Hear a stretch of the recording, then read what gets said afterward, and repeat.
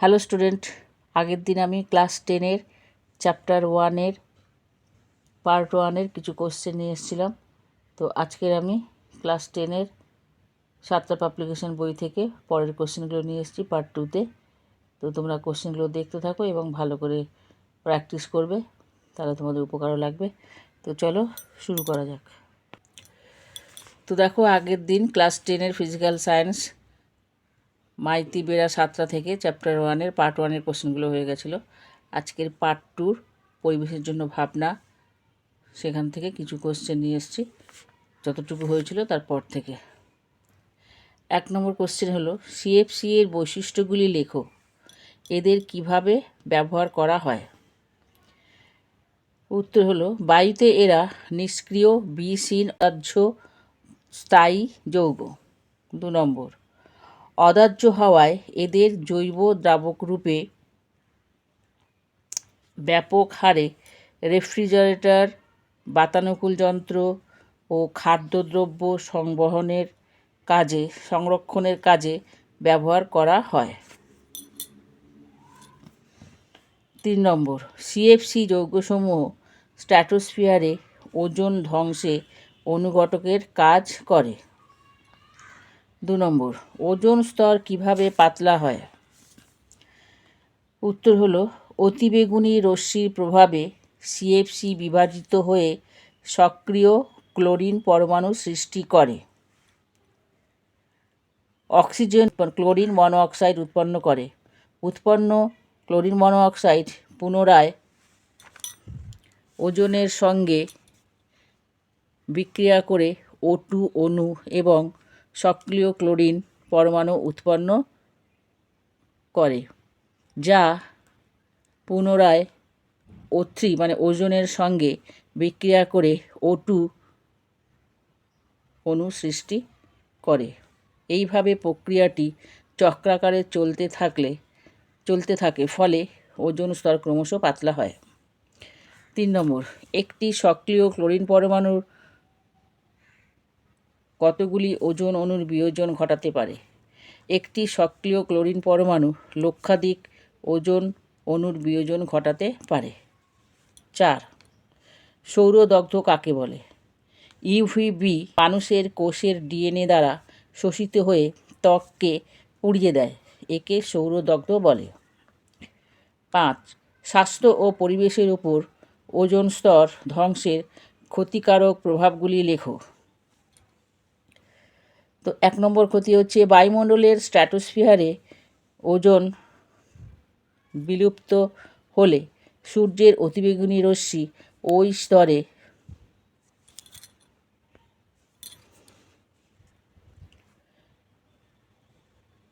শোষিত না হয়ে ভূপৃষ্ঠে আপতিত হবে, ফলে ভূপৃষ্ঠের তাপমাত্রা বাড়বে, ফলে মেরু অঞ্চলে বরফ গলবে এবং সমুদ্রের জলতলের উচ্চতা বাড়বে। 2 নম্বর, ওজোন স্তর বিনাশের ফলে সূর্যের অতিবেগুনি রশ্মি সরাসরি ভূপৃষ্ঠে এলে প্রথমেই মানুষের ত্বক আক্রান্ত হয়, তাই ত্বকে ক্যান্সারের সম্ভাবনা বেশি হয়, মানুষের রোগ প্রতিরোধ ক্ষমতা কমে যায়। 3, ইউভি এর দ্বারা সামুদ্রিক প্ল্যাঙ্কটন ক্ষতিগ্রস্ত হয়।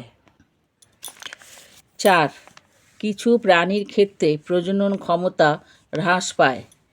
5, সূর্যের অতিবেগুনি রশ্মি ভূপৃষ্ঠে আপতিত হলে উদ্ভিদের সালোক সংশ্লেষের হার এবং শস্য ফলনের হার হ্রাস পাবে।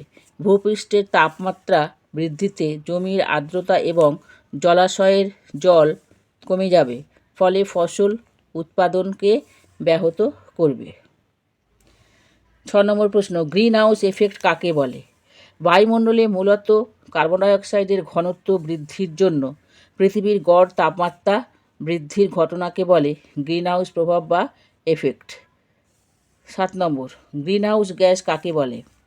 বায়ুমণ্ডলে যে সমস্ত গ্যাসের উপস্থিতির জন্য গ্রিন হাউস ক্রিয়া সংঘটিত হয় তাদের গ্রিন হাউস গ্যাস বলে, যেমন কার্বন ডাইঅক্সাইড, জলীয় বাষ্প, methane, chlorofluorocarbon, nitrous oxide, nitrogen dioxide ইত্যাদি। 8 নম্বর, গ্লোবাল ওয়ার্মিং কাকে বলে, বলতে কী বোঝো? গ্রিন হাউসের প্রভাবে পৃথিবীর গড় তাপমাত্রা বিগত কয়েক শতাব্দী ধরে বেড়ে চলেছে। ফলে প্রাকৃতিক পরিবেশ ক্রমশ গরম হয়ে উঠছে। সারা পৃথিবী জুড়ে উষ্ণতার এই ক্রমবর্ধমান অবস্থাকে গ্লোবাল ওয়ার্মিং বলা হয়। গ্রিন হাউস প্রভাব ও গ্লোবাল ওয়ার্মিংয়ের ফলাফল লেখো। 1 নম্বর, পৃথিবীর গড় উচ্চতা বৃদ্ধি পেলে মেরু অঞ্চলে জমে থাকা বরফ আরও বেশি করে গলবে। 2 নম্বর, বরফ গলা জল সমুদ্রের জল যুক্ত হয়ে সমুদ্রপৃষ্ঠের জলতলের উচ্চতা বৃদ্ধি করবে প্রায় 6 থেকে 7 ফুট। সমুদ্রপৃষ্ঠের জলতল বাড়ার জন্য উপকূলের নিচু জমি জলমগ্ন হবে।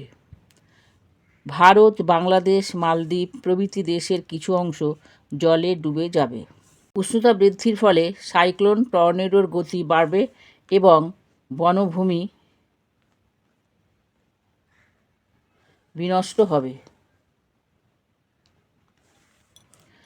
6 নম্বর, বিজ্ঞানীদের গবেষণা অনুযায়ী গ্লোবাল ওয়ার্মিংয়ের ফলে 44% স্তন্যপায়ী এবং 23% প্রজাতির পাখি বিলুপ্ত হবে। এর ফলে ইকোসিস্টেম ভীষণভাবে ক্ষতিগ্রস্ত হবে। 10 নম্বর কোশ্চেন, গ্রিন হাউস গ্যাস নির্গমন হ্রাস কীভাবে করা যায়? উত্তর, জীবাশ্ম জ্বালানির ব্যবহার কমালে CO2 এর উৎপাদন হ্রাস পাবে।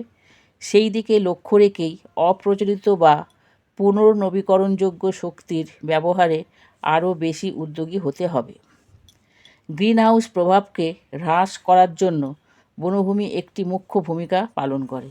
তাই বনভূমি সংরক্ষণের যথেষ্ট নজর দিতে হবে। অর্থাৎ বনভূমি ধ্বংস না করে আরও নতুন বনভূমি সৃষ্টির জন্য পরিকল্পনা নিতে হবে। ক্লোরোফ্লুরোকার্বন জাতীয় পদার্থের ব্যবহারে নিয়ন্ত্রণে আনতে হবে এবং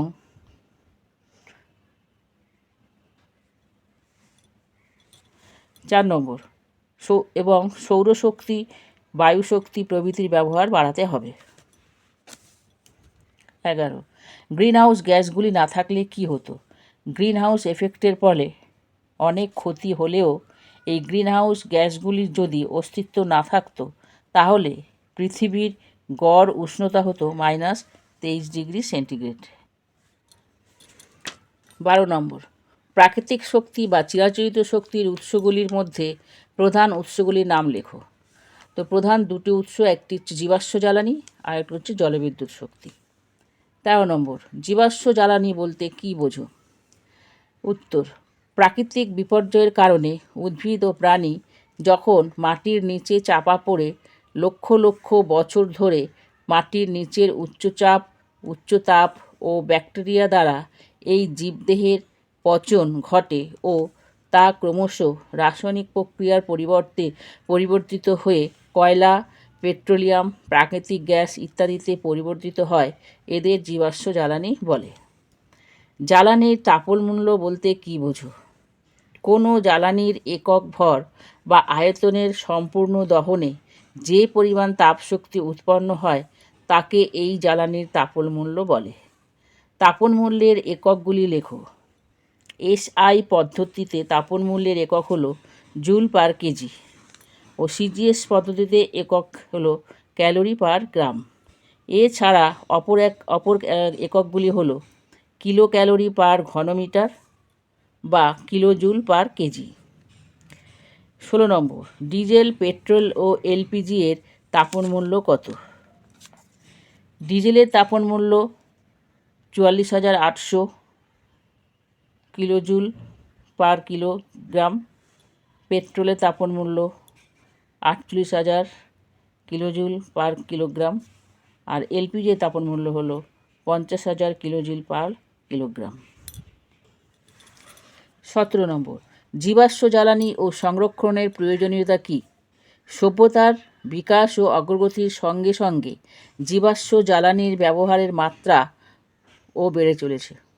তাই একটি শক্তি সম্পদ অচিরেই যাতে নিঃশেষিত না হয়ে যায়, আমাদের আগামী প্রজন্মকে যাতে বাসযোগ্য পৃথিবী দিতে পারা যায়, তার জন্য জীবাশ্ম জ্বালানি সংরক্ষণ খুবই প্রয়োজন। আমরা কিভাবে জীবাশ্ম জ্বালানি সংরক্ষণ করব? 1 নম্বর হচ্ছে অপচয় রোধের মাধ্যমে। 2 নম্বর বিকল্প শক্তির ব্যবহার বৃদ্ধি করে, যেমন সৌরশক্তি, বায়ুশক্তি, জোয়ার ভাটা শক্তি, এগুলো ব্যবহার করব। 3 নম্বর স্থিতিশীল উন্নয়নের ধারণা। 4 নম্বর পুনর্নবীকরণযোগ্য সম্পদের সুস্থায়ী ব্যবহার। 5 নম্বর সুস্থায়ী অর্থনীতি। 6 নম্বর সুস্থায়ী সমাজ গঠন করে আমরা জীবাশ্ম জ্বালানি সংরক্ষণ করতে পারি। 19 নম্বর, কোন গ্যাসগুলি গ্রিনহাউস গ্যাস নয় এবং কেন? O2, N2CO প্রভৃতি গ্যাসগুলি গ্রিনহাউস গ্যাস নয়, কারণ এই গ্যাসগুলির অণুর পরমাণুগুলি কম্পাঙ্ক ইনফ্রারেড রশ্মিকে শোষণ করতে পারে না। 20 নম্বর, স্থিতিশীল বৃদ্ধি ও উন্নয়নের জন্য আমরা কী ধরনের শক্তি ব্যবহার করা উচিত এবং কেন? স্থিতিশীল বৃদ্ধি ও উন্নয়নের জন্য সৌরশক্তি, বায়ুশক্তি, জোয়ার ভাটার শক্তি, ভূতাপ শক্তি ও বায়োমাস শক্তি এবং বায়োগ্যাসের ব্যবহার করা উচিত, কারণ চিরাচরিত শক্তি যেমন হচ্ছে জীবাশ্ম জ্বালানি, এর উৎস হচ্ছে সীমিত, তাই অচিরাচরিত তথা বিকল্প শক্তির ব্যবহার করা উচিত। অচিরাচরিত তথা বিকল্প শক্তিগুলির ব্যবহার লেখো। প্রথমে হচ্ছে সৌরশক্তি কীভাবে ব্যবহার করা হয়। সৌরশক্তির ব্যবহার: সৌরকোষ বা অনেক ভোল্টীয় কোষের সাহায্যে সূর্যালোক থেকে বিদ্যুৎ উৎপাদন করা হয়। এই বিদ্যুৎ রান্নার কাজে, পাম্প, রেডিও, টেলিভিশন, টেলিফোন চালাতে, স্ট্রিট লাইট ও সিগন্যাল ব্যবস্থায় ব্যবহৃত হয়। 2 নম্বর, সৌরশক্তির সাহায্যে শীতপ্রধান দেশে ঘর গরম রাখা হয়। 3 নম্বর, সৌরকোষের সাহায্যে সৌরশক্তিকে সরাসরি বিদ্যুৎ শক্তিতে পরিবর্তিত করে সেই বিদ্যুৎ শক্তি বৈদ্যুতিক সরঞ্জামে ব্যবহৃত হয়। বায়ুশক্তির ব্যবহার কিভাবে করা হয়। বায়ুশক্তিকে কাজে লাগিয়ে উইন্ড মিলে টারবাইন ঘুরিয়ে বিদ্যুৎ উৎপাদন করা হয়। 2, বায়ুশক্তির সাহায্যে উৎপন্ন বিদ্যুৎ গম পেশাই করতে, জলসেচ ও জল তোলার কাজে ব্যবহার হয়ে থাকে।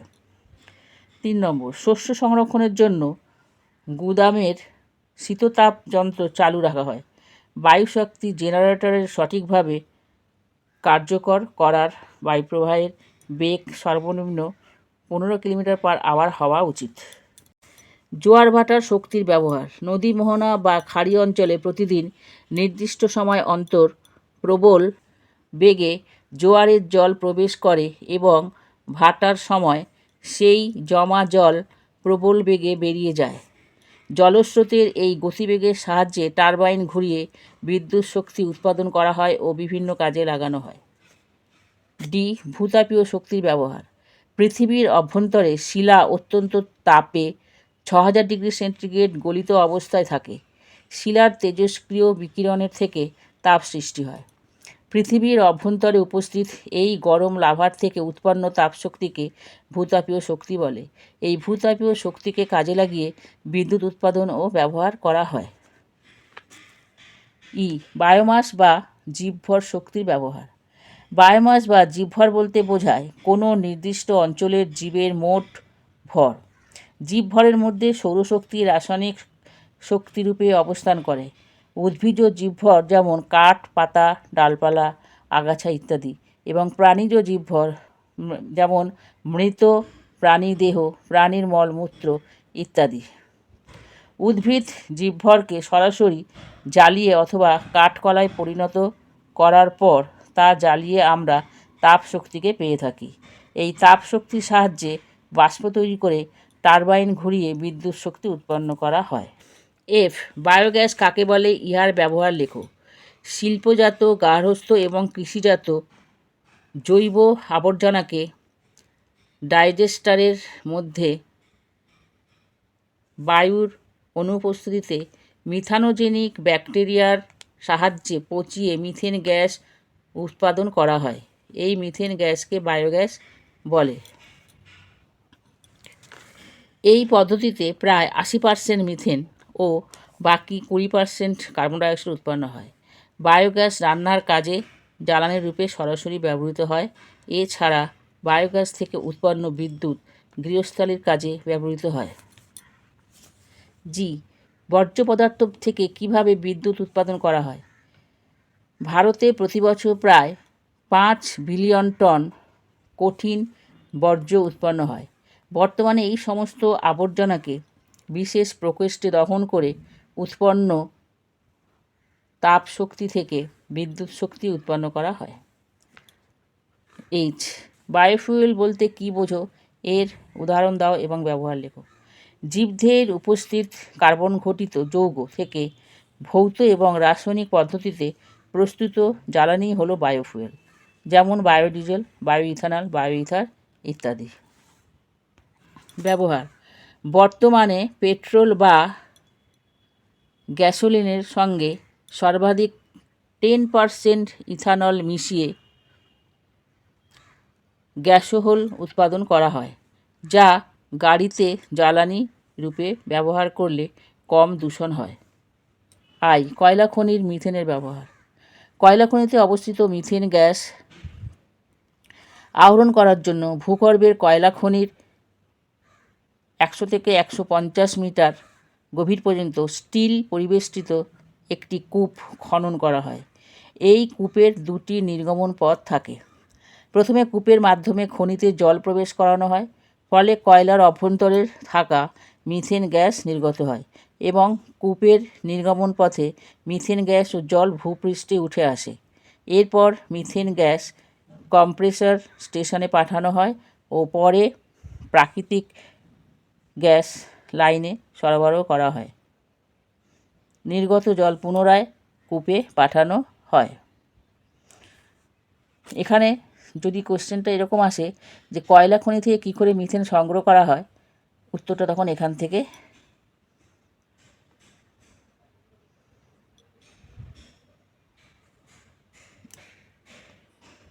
এতটা হবে, আর ব্যবহার হচ্ছে এখান থেকে এতটা, এখান থেকে এতটা।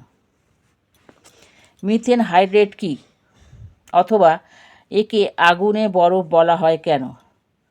এটা কোথায় পাওয়া যায়? মিথেন কিভাবে সংগ্রহ করা হয়? মিথেন হাইড্রেটের সংকেত হচ্ছে 4CH4 23H2O। হলো বরফের মতো দেখতে একটি সাদা কেলাসাকার কঠিন পদার্থ। এর মধ্যে 13.4% মিথেন থাকে। তাই এই মিথেন হাইড্রেটকে আগুনে বরফ বলা হয়।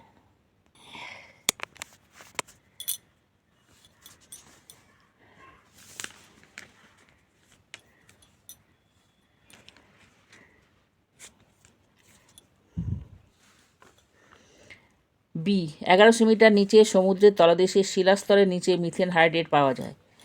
সি, CO2 গ্যাসকে মিথেন হাইড্রেট স্তরে পাইপ দিয়ে প্রবেশ করালে CO2 মিথেন হাইড্রেট থেকে মিথেন গ্যাসকে প্রতিস্থাপিত করে। কোন বন্ধনটি বেশি শক্তিশালী? CO2 এর H2O অণুর বন্ধন এবং CH4 এবং H2O অণুর বন্ধন। উত্তর হলো CO2 এবং H2O অণুর বন্ধন বেশি শক্তিশালী। 23 নম্বর, বায়ুমণ্ডলের কোন স্তরের চাপ সবথেকে বেশি? কারণ সহ লেখো। বায়ুমণ্ডলের ট্রপোস্ফিয়ারের চাপ সবথেকে বেশি, যেহেতু এটি সমুদ্রপৃষ্ঠ থেকে 16 থেকে 18 কিলোমিটার পর্যন্ত বিস্তৃত। ভূপৃষ্ঠে সমুদ্রতল বরাবর বায়ুস্তর সবচেয়ে ভারী হওয়ায় ভূপৃষ্ঠে সমুদ্রতল বরাবর বায়ুর চাপ সবথেকে বেশি হয়। আদর্শ জ্বালানির বৈশিষ্ট্য কী? এগুলি সহজলভ্য এবং ব্যবহারের ক্ষেত্রে নিরাপদ। এগুলির তাপন মূল্য উচ্চমানযুক্ত হয় আর এগুলি দূষণের পরিমাণ কম হয়। তো দেখো, চ্যাপ্টারের ভিতর থেকে সমস্ত কোশ্চেন দেওয়া হয়ে গেছে। এখন আমি অনুশীলনী সলভ করব। তো অনুশীলনীর প্রথমে আছে MCQ। নিচের কোন গ্যাসটি ভূপৃষ্ঠ থেকে বিকিরিত দীর্ঘ তরঙ্গ দৈর্ঘ্য বিশিষ্ট অবলোহিত রশ্মি শোষণ করে? এটা হবে CH4। নিচের কোনটি গ্রিনহাউস গ্যাস নয়? অক্সিজেন। কোন গ্যাসটি ওজোন স্তরে ওজোন ক্ষয়ে সহায়তা করে? CFC। কোন গ্যাসটি ওজোন স্তরে ওজোন ক্ষয়ে সহায়তা করে না? CO2 মানে কার্বন ডাইঅক্সাইড। বায়োগ্যাসের প্রধান উপাদান কি? মিথেন। কোনটি জীবাশ্ম জ্বালানি নয়? সৌরশক্তি। গ্রিনহাউস গ্যাস হিসাবে পৃথিবীর উষ্ণতা বৃদ্ধির জন্য বেশি দায়ী? CO2। এরপরে হলো অতি সংক্ষিপ্ত প্রশ্নাবলী। তার মধ্যে প্রথমেই আছে শূন্যস্থান পূরণ। বায়ুর ড্যাশ স্তরের মধ্য দিয়ে জেট চলাচল করতে পারে, এটা হবে স্ট্র্যাটোস্ফিয়ার। বায়ুমণ্ডলের ড্যাশ স্তরের ঘনত্ব সবথেকে বেশি, এটা হচ্ছে ট্রপোস্ফিয়ার। ওজোন স্তর সূর্য থেকে আগত অতিবেগুনি রশ্মি ভূপৃষ্ঠকে আপতনকে প্রতিহত করে। মিথেন হাইড্রেটের সংকেত হল 4CH4 23H2O। আচ্ছা, এরপরে আছে সত্য মিথ্যা। ভ্যান অ্যালেন বিকিরণ বলয় দেখা যায় মেসোস্ফিয়ারে, এটা হচ্ছে কাটা। সিএফসি রেফ্রিজারেটরে ব্যবহৃত হয়, এটা রাইট, মানে সত্য। মিথেন হাইড্রেটের খনি সমুদ্রের তলদেশের পৃথিবীপৃষ্ঠের পলিস্তরের নিচে অবস্থান করে, এটা হবে শিলাস্তরের নিচে অবস্থান করে, তাহলে এটা হচ্ছে কাটা, মানে মিথ্যা। এক কথায় উত্তর দাও। স্ট্র্যাটোস্ফিয়ারের উচ্চতা বৃদ্ধির সঙ্গে উষ্ণতা বাড়ে না কমে? বাড়ে। বায়ুর কোন স্তরে মেরুজ্যোতি দেখা যায়? থার্মোস্ফিয়ারে। বায়ুর কোন স্তরকে শান্তমণ্ডল বলা হয়? স্ট্র্যাটোস্ফিয়ার। বায়ুতে উপস্থিত একটি গ্যাসের নাম করো যেটি গ্রিনহাউস গ্যাস নয়। O2 হতে পারে, N2 হতে পারে। জ্বালানির তাপন মূল্যের একক লেখো। জ্বালানির তাপন মূল্যের একক অনেকগুলি হয়। এসআই পদ্ধতিতে হচ্ছে জুল পার কেজি, সিজিএস পদ্ধতিতে ক্যালোরি পার গ্রাম, এছাড়া আরও দুটো আছে, যেমন কিলো ক্যালোরি পার ঘনমিটার এবং কিলোজুল পার কেজি। তবে কিলোজুল পার কেজিটাই ব্যবহার হয় বেশির ক্ষেত্রে। বায়োগ্যাসের একটি ব্যবহার উল্লেখ করো। বায়োগ্যাস সাধারণত গৃহস্থালির কাজে ব্যবহার হয়, যেমন রান্নার কাজে ব্যবহার হয়। কাঠকয়লা, পেট্রোল, ইথানলের মধ্যে কোনটি জীবাশ্ম জ্বালানি? কাঠকয়লা, পেট্রোল ও ইথানলের মধ্যে কোনটি জীবাশ্ম জ্বালানি? এটা হবে পেট্রোল। একটি বায়োফুয়েলের নাম লেখো। একটি বায়োফুয়েলের নাম বায়োডিজেল অথবা বায়ো ইথানল, যা ইচ্ছা দুটোর মধ্যে একটা লিখে দিতে পারো।